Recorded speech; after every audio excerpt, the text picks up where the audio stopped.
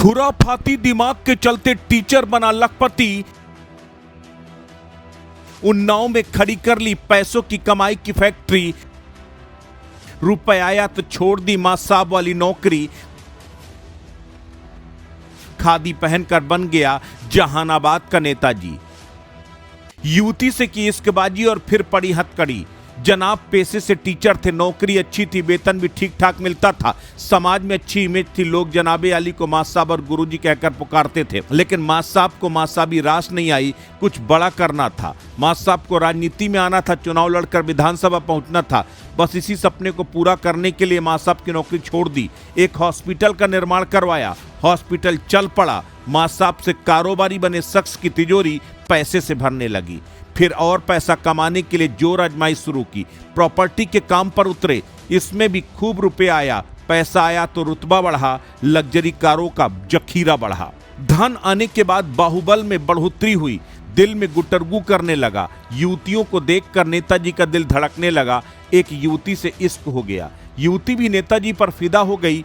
प्यार परवान चढ़ा तो दोनों के बीच शारीरिक संबंध बने। युवती ने शादी का दबाव बनाया तो नेताजी मुकर गए। युवती ने पुलिस का खौफ दिखाया तो नेताजी विलेन बन गए और युवती की हत्या कर शव को बुलंदशहर ले जाकर फेंक दिया।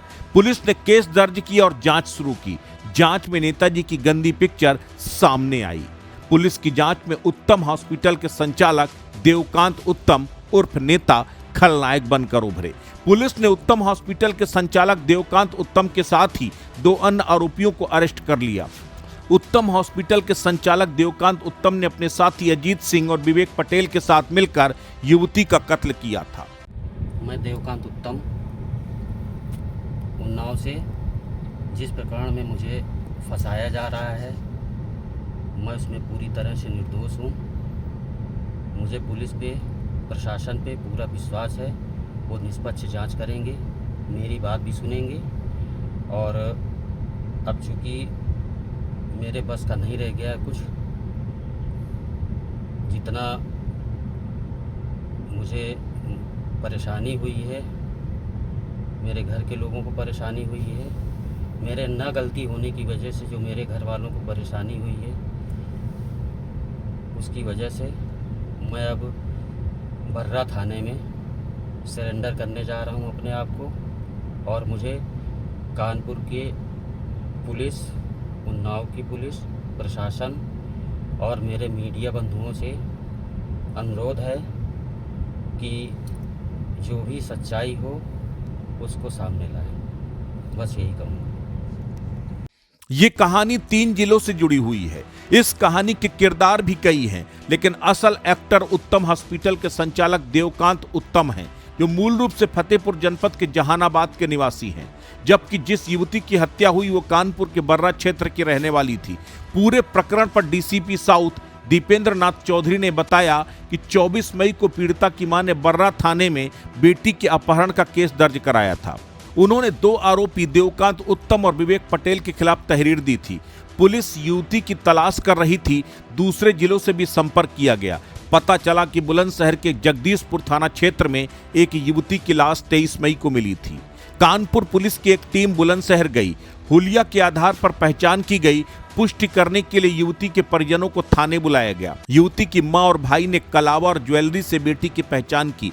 मामले में मोबाइल लोकेशन के आधार पर आरोपी अजीत सिंह को हिरासत में लिया गया। पूछताछ में अजीत सिंह ने पूरा राज खोल दिया। उसके बाद उत्तम हॉस्पिटल के संचालक देवकांत उत्तम, विवेक पटेल को पकड़ा गया। पूछताछ में देवकांत उत्तम ने बताया कि 19 मई को युवती ने उन्नाव की सदर कोतवाली में उसके खिलाफ रेप का केस दर्ज कराया था। उससे वो डर गया था, उसे लगा कि जेल जाना पड़ेगा। उत्तम ने 21 मई को युवती को बर्रा बाईपास पर बुलाया, स्कॉर्पियो में बिठा लिया। उसके साथ अजीत सिंह और विवेक पटेल भी मौजूद थे। सचेंडी के पास कार में रस्सी से गला कसकर हत्या कर दी। फिर उन्नाव आ गए। उत्तम कार से उतर गया। अजीत और विवेक शव को लेकर गंगा एक्सप्रेसवे के रास्ते बुलंदशहर ले गए। जगदीशपुर थाना क्षेत्र में खाली बगिया के पास कपड़े उतारकर नग्न अवस्था में शव को फेंक दिया। अब तीनों आरोपी पुलिस के शिकंजे में हैं। बताया जा रहा कि उत्तम हॉस्पिटल के संचालक देवकांत उत्तम की पैरवी को लेकर सफेद पोस्ट एक्टिव हुए थे, लेकिन पुलिस के कड़े रवैये के चलते उनकी नहीं चली। बताया जा रहा कि देवकांत उत्तम टीचर था। उसकी तैनाती उन्नाव जिले में बतौर शिक्षक परिषदीय विद्यालय में थी। यहाँ कुछ सहयोगियों की मदद से उसने सबसे पहले साझेदारी में शेखपुर में नर्सिंग होम खोला। आय बढ़ी तो दोनों साझेदारों में विवाद बढ़ा और साझेदारी टूट गई। उसके बाद देवकांत ने अग्निशमन प्रशिक्षण केंद्र के पास खुद का अस्पताल खोला। वो अस्पताल जिला अस्पताल से दूर होने के चलते सेटिंग वाले मरीजों के पहुंचने में दिक्कत हो रही थी, लिहाजा शुरुआत वाले अस्पताल के पास ही जमीन लेकर उत्तम हॉस्पिटल की नींव रखी गई। जिला अस्पताल से नजदीकी और एम्बुलेंस चालक भतीजे विवेक की जुगलबंदी से अस्पताल चल निकला। इस बीच शिक्षक ने अस्पताल चलाने का मामला उछलने पर देवकांत ने शिक्षक की नौकरी से इस्तीफा दे दिया। पूरी तरह मेडिकल के कमाऊ धंधे में उतर गया। फिर अस्पताल संचालन के साथ ही देवकांत ने जमीन के कारोबार में कुछ लोगों के साथ हाथ आजमाना शुरू किया। किस्मत ने साथ दिया तो ये धंधा भी चल निकला। दोहरी कमाई से हो रही दिन दूनी रात चौगनी तरक्की ने राजनीतिक पैठ बनाने की लालसा को जन्म दिया। पैसे के बल पर बड़े बड़े राजनेताओं से बैठकें शुरू हुई। ऐसे में किसी की सलाह पर खुद भी नेता बनने के लालसा पाले देवकांत ने राजनीतिक पारी के लिए अपने गृह क्षेत्र जहानाबाद का चुनाव किया। हर सप्ताह क्षेत्र से कार्यक्रमों में शामिल होकर लोगों को मदद देने का दौर शुरू हुआ। क्षेत्र के मांगलिक कार्यक्रमों में पूरे लाव लश्कर और काफिले के साथ पहुंचने वाले देवकांत आगामी विधानसभा चुनाव में विधायकी का दांव आजमाने की तैयारी कर रहा था, लेकिन शराब और शबाब के शौक ने सारे किए कराए पर पानी फेर दिया। बताया जाता कि देवकांत की शराब पार्टी में पुलिस और अन्य विभागों के कई अधिकारी भी पहुंचते थे। इसी बीच हुई युवती से मुलाकात में देवकांत की आशिक मिजाजी उसे उसके करीब ले गई। युवती भी बड़े लाभ की आकांक्षा में देवकांत की परछाई की तरह रहने लगी। जब उसने अपने सपने टूटते नजर आए तो उसने देवकांत पर दबाव के लिए दांव फेंका। उसने सदर कोतवाली में देवकांत के खिलाफ यौन शोषण और जबरन गर्भपात कराने की शिकायत की। युवती का यह कदम उसके लिए प्राणघातक साबित हुआ। सुनियोजित ढंग से हत्या के बाद शव को ठिकाने लगाने के बाद मामले से बच निकलने के लिए देवकांत का कोई हथकंडा काम नहीं आया। अंततोगत्वा उसने पुलिस के सामने आत्मसमर्पण कर इकबाले जुर्म भी कर लिया। अब जहानाबाद में आए दिन दौरे करने वाले देवकांत की करतूत जब वहां के लोगों को पता चली तो उनके मुंह से बरबस ही बात निकल रही है कि चले थे विधायक बनने और बन गए खलनायक।